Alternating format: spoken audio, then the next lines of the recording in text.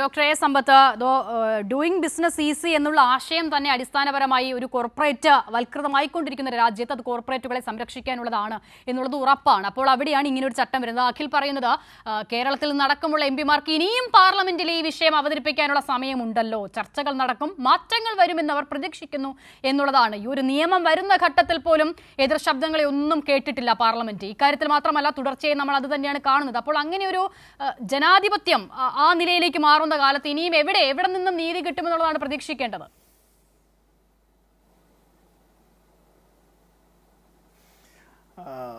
നോക്കൂ, ഇന്ത്യയിലെ ഇന്ന് അധികാരത്തിലുള്ള BJPയുടെ നേതൃത്വത്തിലുള്ള NDA ഗവൺമെൻറ്, അത് BJPക്ക് ഒറ്റയ്ക്ക് ഭൂരിപക്ഷമില്ല, മൂന്നാമത്തെ തവണ എന്ന് നമ്മൾ പറയുമ്പോഴും ഇപ്പോൾ ഈ ലേബർ കോഡുകൾ വരുന്നത് 2019 ജൂലൈ മാസം 30 ഈ ലോക്സഭയും ഓഗസ്റ്റ് 2 2019 ഈ ലേബർ കോഡ് പാസ്സാക്കുന്നത്. ഈ 4 ലേബർ കോഡുകളും പാസ്സാക്കുന്നത് ഇടതുപക്ഷ MPമാരെ കൂട്ടത്തോടെ സസ്പെൻഡ് ചെയ്തുകൊണ്ടാണ്. ഇപ്പോൾ ആസിതയുടെ ചോദ്യത്തിന് എന്താ ഈ നമ്മൾ ഈ പുരാണത്തിൽ ഈ യമനോട് മാർക്കണ്ഡേയൻ ചോദിച്ചൊരു ചോദ്യമുണ്ട്. ഈ യമൻ വല്ലാതെ അസ്വസ്ഥനാകുമ്പോൾ, അത് ഈ അസുഖകരമായ ചോദ്യങ്ങൾ ചോദിക്കുമ്പോൾ യമൻ അസ്വസ്ഥനാകുമ്പോൾ ഈ മാർക്കണ്ഡേയൻ പറഞ്ഞത്, യമദേവ് आपके क्रोध मेरी प्रश्न की उत्तर नहीं है, യമദേവ് आपकी क्रोध मेरी प्रश्न की उत्तर नहीं है എന്ന് പറഞ്ഞതുപോലെ BJP നേതാക്കളോട് നമ്മൾ അങ്ങനെ പറയേണ്ടി വരും. കാരണം അവർ പറയുന്നതാണ് ശരിയെന്നും അവർ ഏതെല്ലാം നിഷേധിക്കുന്നുവോ അതെല്ലാം നമ്മൾ അപ്പോഴി വിഴുങ്ങിക്കോണം എന്നുമുള്ളൊരു നിലപാടിലേക്ക്, ആപ് ചുപ് രഹോ എന്ന് പറയുന്ന നിലപാടിലേക്ക് എത്തുമ്പോൾ എൻ്റെ വിനീതമായ ചോദ്യം, ഇനി മിനിമം വേജസ് ആക്ട് ഉണ്ടോ? പേയ്മെൻറ്റ് ഓഫ് വേജസ് ആക്ട് ഉണ്ടോ? പേയ്മെൻറ്റ് ഓഫ് ബോണസ് ആക്ട് ഉണ്ടോ? ഈക്വൽ റെമ്യൂണറേഷൻ ആക്ട് ഉണ്ടോ? ചെയ്ത ജോലിക്കുള്ള കൂലി ശമ്പളം കൃത്യമായി നൽകാതിരുന്നാൽ, ഇതുമായി ബന്ധപ്പെട്ടുള്ള ബോണസ് നൽകാതെയിരുന്നാൽ, മിനിമം വേതനം നൽകാതെയിരുന്നാൽ, ഇത്തരം കാര്യങ്ങളിൽ നൽകേണ്ടതായ തുകയുടെ 10 ഇരട്ടി അടക്കം പിന്നെ അതിൻ്റേതായിട്ടുള്ള മറ്റ് ശിക്ഷാ നടപടികളും തൊഴിലുടമ നേരിടണം എന്നുള്ളത് ഇവിടെ നമ്മൾ പൂർണ്ണമായി നീക്കം ചെയ്യുകയാണ്. എന്ന് വെച്ചാൽ തൊഴിലാളി ഒരു മനുഷ്യനാണ് എന്നുള്ള ആ നിലപാടേ ഇവിടെയില്ല.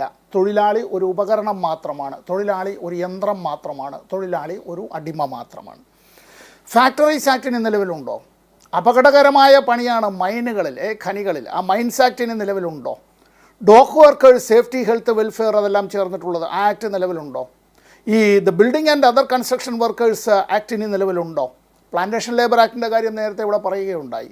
ഇവിടെ ഇത്തരം കാര്യങ്ങൾ ഇവിടെ നിലവിലില്ല എന്നുള്ളത് മാത്രമല്ല, ഇത് കോഡാക്കെല്ലാം മാറ്റുന്നതിൻ്റെ മാത്രമല്ല, ഇൻഡസ്ട്രിയൽ ഡിസ്പ്യൂട്ട് ആക്ട് ഉണ്ടോ?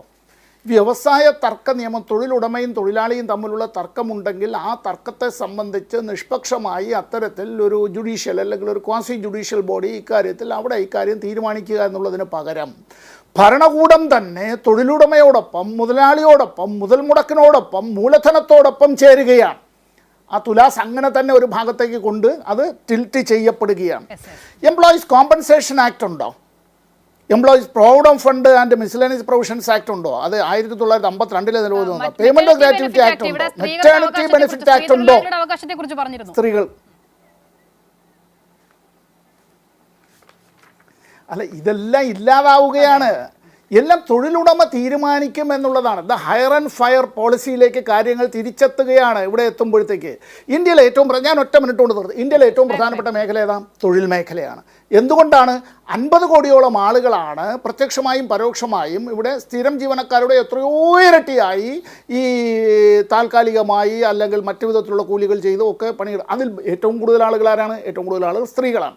ഈ 50 കോടി ആളുകളെന്ന് പറയുന്നത് ലോകത്തിലെ പല രാഷ്ട്രങ്ങളുടെയും ജനസംഖ്യ, US-ൻ്റെ ജനസംഖ്യയുടെ ഇരട്ടിയാണ്. ഇനി ഞാനൊരു കാര്യം, ഇതെല്ലാം നമ്മൾ മാറ്റുന്നു എന്ന് നോക്കുന്നു, പാർലമെൻറ്റിൽ ചർച്ച ചെയ്തുകൂടെ എന്നുള്ള കാര്യത്തിൽ പാർലമെൻറ്റിൽ നടത്തിയൊക്കെ നമുക്കറിയാം. ഇന്ത്യയുടെ ഭരണഘടനയുടെ ആർട്ടിക്കിൾ 263 263 അതനുസരിച്ച് ഇന്ത്യയുടെ ഭരണഘടനയിൽ ഒരു ഇൻ്റർ സ്റ്റേറ്റ് കൗൺസിലുണ്ട്. ആ ഇൻ്റർ സ്റ്റേറ്റ് കൗൺസിലിൻ്റെ ആദ്യത്തെ യോഗം വിളിച്ചു കൂട്ടിയത് VP സിംഗിൻ്റെ ഗവൺമെൻറ്റിൻ്റെ കാലത്താണ്. 6 മാസത്തിലൊരിക്കൽ കൂടേണ്ടതായിട്ടുള്ള ഇൻ്റർ സ്റ്റേറ്റ് കൗൺസിൽ ഇപ്പോൾ കഴിഞ്ഞ ഒരു 10 കൊല്ലക്കാലത്തിനിടയിൽ എത്ര തവണ കൂടി? ആ ഇൻ്റർ സ്റ്റേറ്റ് കൗൺസിൽ എപ്പോഴാണ് ഇതൊരു അജണ്ടയായി വെച്ചിരുന്നത്? വിവിധ സംസ്ഥാനങ്ങളിലെ കാര്യങ്ങൾ. ഞാൻ നിർത്തുന്നതിന് മുമ്പ് ഒരു കാര്യം, BMSൻ്റെ ആന്ധ്രാപ്രദേശ് ഘടകം, ആന്ധ്രാപ്രദേശിലെ സർക്കാർ ഈ പറയുന്നതായിട്ടുള്ള ഈ ലേബർ കോഡിൽ പറഞ്ഞിട്ടുള്ള കാര്യങ്ങൾ വളരെ രാജാവിനേക്കാൾ രാജഭക്തിയോടുകൂടി നടപ്പാക്കുന്നതിന് കൊല്ലുന്ന രാജാവിനെ തിന്നുന്ന മന്ത്രി പോലെ നടപ്പാക്കാൻ ആന്ധ്രാപ്രദേശ് സർക്കാർ തീരുമാനിച്ചപ്പോൾ BMSന്റെ ആന്ധ്രാപ്രദേശ് ഘടകം ശക്തമായി രംഗത്ത് വന്നിരിക്കുന്നു, ഞങ്ങൾ ഇതിനെ എതിർക്കും എന്നത്. ഇവിടെ വിഷയം ജീവനാണ്, ജീവിതമാണ്. തൊഴിലും കൂലിയും സംരക്ഷിക്കുക എന്നുള്ളത് ഏറ്റവും പ്രധാനപ്പെട്ട ഒരു കാര്യമാണ്. എല്ലാ തൊഴിലാളി സംഘടനകളും അവിടെ ഒരുമിച്ച് തന്നെ നിന്നേ മതിയാവുകയുള്ളൂ. കാരണം തൊഴിലാളികൾ